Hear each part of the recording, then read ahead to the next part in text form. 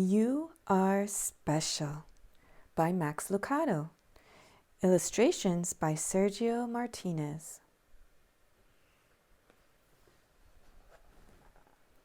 The Wemmicks were small wooden people. All of the wooden people were carved by a woodworker named Eli. His workshop sat on a hill overlooking their village. Each Wemmick was different.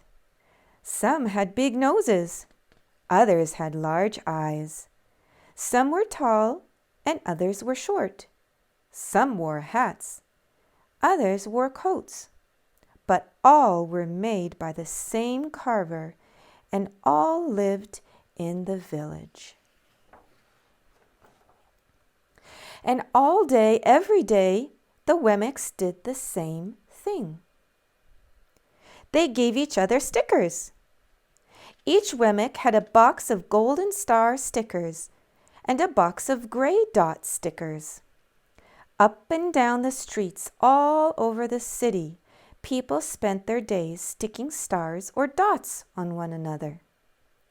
The pretty ones, those with smooth wood and fine paint, always got stars. But if the wood was rough or the paint chipped, the Wemmicks gave dots. The talented ones got stars too. Some could lift big sticks high above their heads or jump over tall boxes. Still others knew big words or could sing pretty songs. Everyone gave them stars. Some Wemmicks had stars all over them. Every time they got a star, it made them feel so good. It made them want to do something else and get another star. Others, though, could do little. They got dots. Punchinello was one of those. He tried to jump high like the others, but he always fell.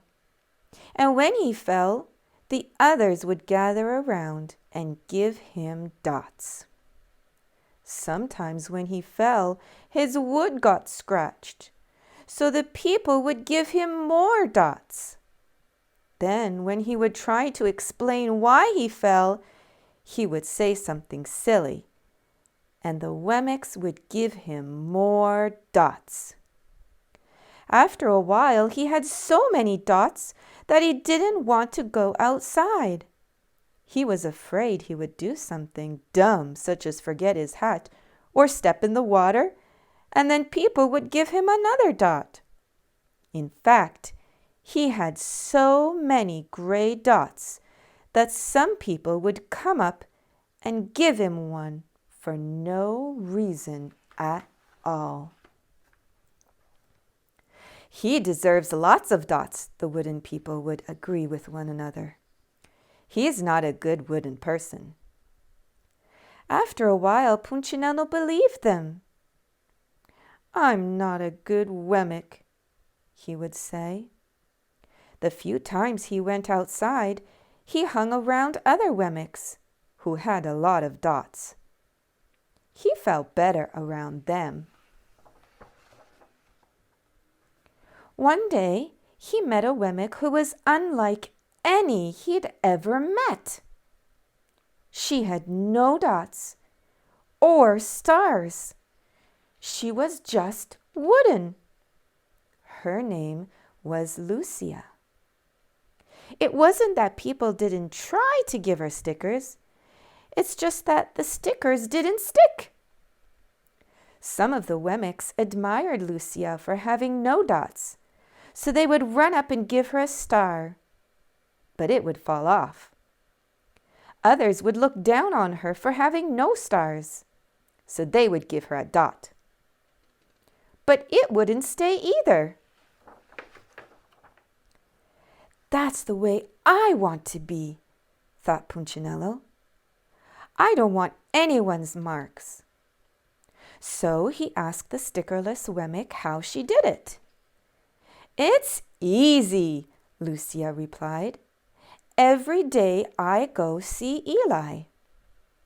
"Eli?" "Yes, Eli, the wood carver. I sit in the workshop with him." "Why?" "Why don't you find out for yourself? Go up the hill. He's there." And with that, the Wemmick who had no stickers turned and skipped away.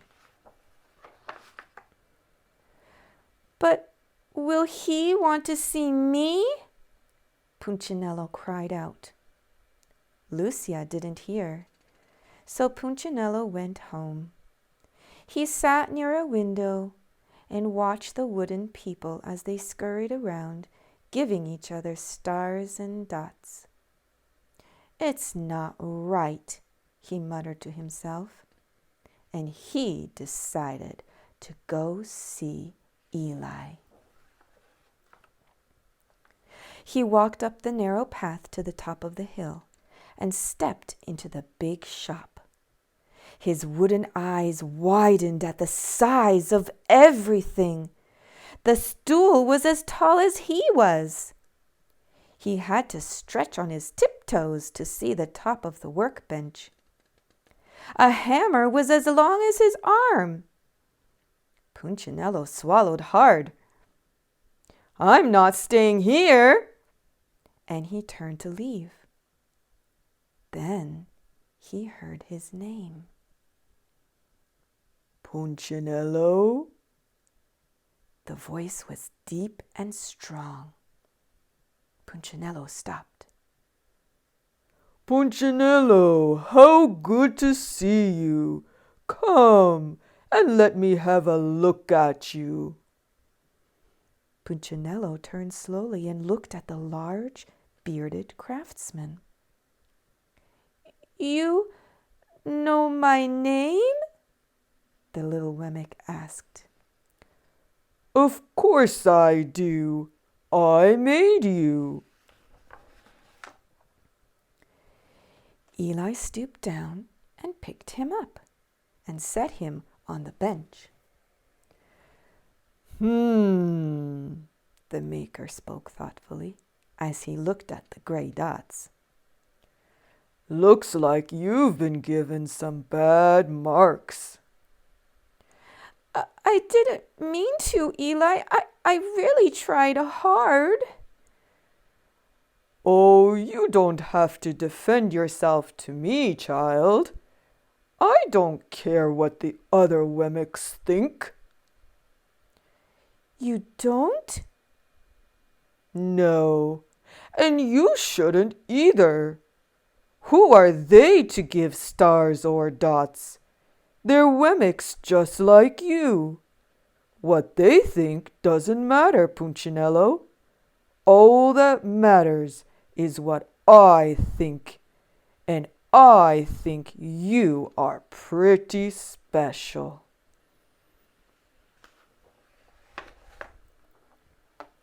Punchinello laughed. "Me? Special? Why? I can't walk fast. I can't jump. My paint is peeling. Why do I matter to you?" Eli looked at Punchinello, put his hands on those small wooden shoulders, and spoke very slowly. "Because you're mine. That's why you matter to me."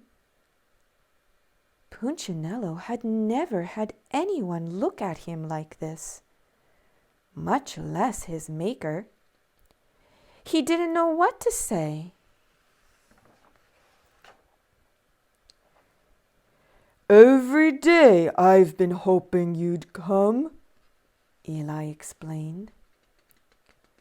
"I came because I met someone who had no marks," said Punchinello. "I know. She told me about you." "Why don't the stickers stay on her?" The maker spoke softly. "Because she has decided that what I think is more important than what they think, The stickers only stick if you let them. What? The stickers only stick if they matter to you. The more you trust my love, the less you care about their stickers. I'm not sure I understand. Eli smiled. You will, but it will take time. You've got a lot of marks.